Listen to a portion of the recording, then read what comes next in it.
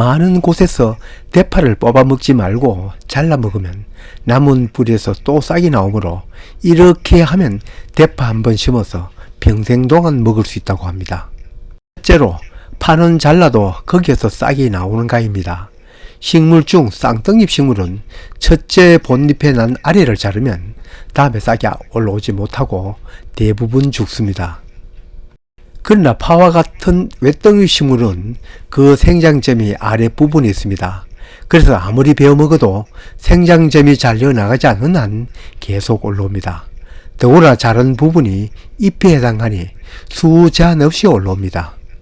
사람의 수명이 80세 전후 파의 수명도 그 정도 되는지는 정말 알 수가 없지만 대파가 여러 살이 풀임은 분명합니다.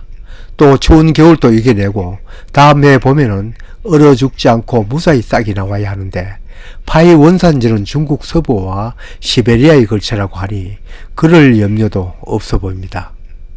파는 남부지방에는 땅 위에까지 월동을 하고 중부지방에는 잎은 사그러들어도 뿌리는 땅속에서 월동을 하고 다음 해 봄이 되면 다시 싹이 올라와 곧바로 꽃을 피우고 검은 씨앗을 낳습니다. 아직까지 겨울이 너무 추워 파가 얼어 죽었다는 얘기를 들어본 일은 없으니 텃밭에서 가꾸는 여러 채소 중에 추위에 가장 강한 것만은 틀림없습니다.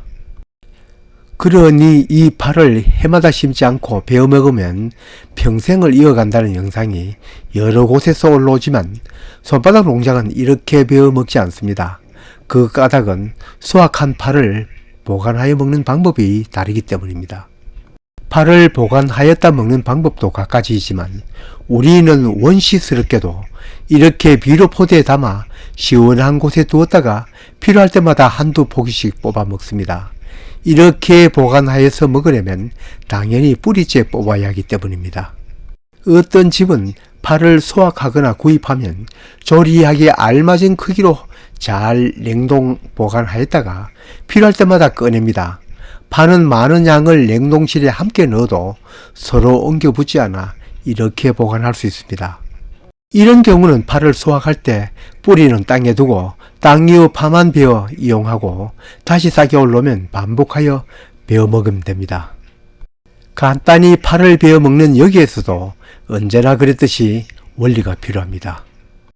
첫째, 얼마 정도 남겨두어야 다시 싹이 올라오는가입니다. 앞 얘기에서 생장점이 밑에 있다니 모두 잘라먹고 하얀 실뿌리만 남겨도 싹은 올라올까? 아니면 땅 위에 나온 싹도 어느 정도 두고 푸른 잎부분만 베어야 올라올까? 손바닥 농부와 같이 호기심 많은 사람은 궁금한 점이 한두 가지가 아닙니다.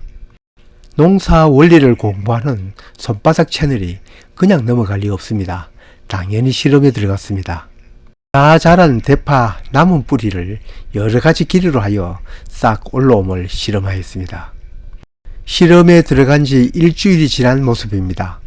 보시다시피 팥뿌리를 1cm보다 짧은 것은 싹이 트지 않았습니다. 이걸 과학적으로 말하면 파의 생장점은 뿌리털 1cm 위에 있다는 증거입니다. 그러니 아무리 파를 잘라 먹더라도 1cm는 남겨두어야 잘라 먹어야 한다는 점입니다. 그러나 이러한 점도 봄, 여름, 가을은 그래도 되지만 추운 겨울에 벨 때는 남은 뿌리가 월동하자면 더 많은 양분 저장소가 필요하니 이보다 훨 더 많이 남기고 잘라야 할 것입니다. 계절별로 남기는 정도가 달라야 한다는 점입니다. 생육이 왕성할 때와 그렇지 못할 때를 생각하여 잘라 먹어야 한다는 점입니다. 실제 지난 겨울에 이 실험 때보다 더 많이 남겨두었던 파가 월동에 실패하여 싹을 올리지 못하는 것을 보았습니다. 다시 말해 평소에는 1cm만 남겨도 싹이 올라오지만 월동에 들어가는 파는 훨씬 더 많이 남겨야 다음 해 봄에 싹이 올라온다는 말입니다. 또 한 가지 알아야 할 것은 뿌리를 많이 남길수록 자람이 더 좋다는 점입니다. 아래 그림에 남긴 길이별 싹난 정도가 보일 것입니다. 이 실험대로라면 많이 남길수록 싹이 더 빨리 자라니 대신 잘라먹는 부분은 적어지게 될 것입니다. 그러나 이 실험과 실제 자라는 팥밭 현장과는 다른 점이 있습니다. 지금 이 실험은 겨울에 하는 실험이고 뿌리가 수분만 섭취하고 싹을 낸 그 양분은 뿌리에 저장되어 있던 것입니다. 그러나 실제 밭에서 한창 자라고 있는 파는 이러한 차이가 분명 적을 것입니다. 왜냐하면 계속 뿌리에서 토양에 있는 양분을 받아 크는 점도 있기 때문입니다. 그러니 차이가 있어도 이만큼의 차이는 보이지 않을 것으로 예상됩니다. 이건 4월 중순에 찍은 뿌리만 남겨둔 파와 그대로 둔 파가 봄이 되어 올라온 모습을 촬영한 영상입니다. 지금 올라온 이 파들은 겨울 들어갈 때 잎에 있던 양분을 뿌리에 저장하였다가 지금 그 양분으로 올라온 것입니다. 어떻게 아냐고요? 어느 작물이나 지온이 10도 이하이면 양분 흡수가 잘 안됩니다. 다만 최근 들어 지온이 높아지니 일부는 직접 양분을 흡수한 것일 수도 약간은 있습니다.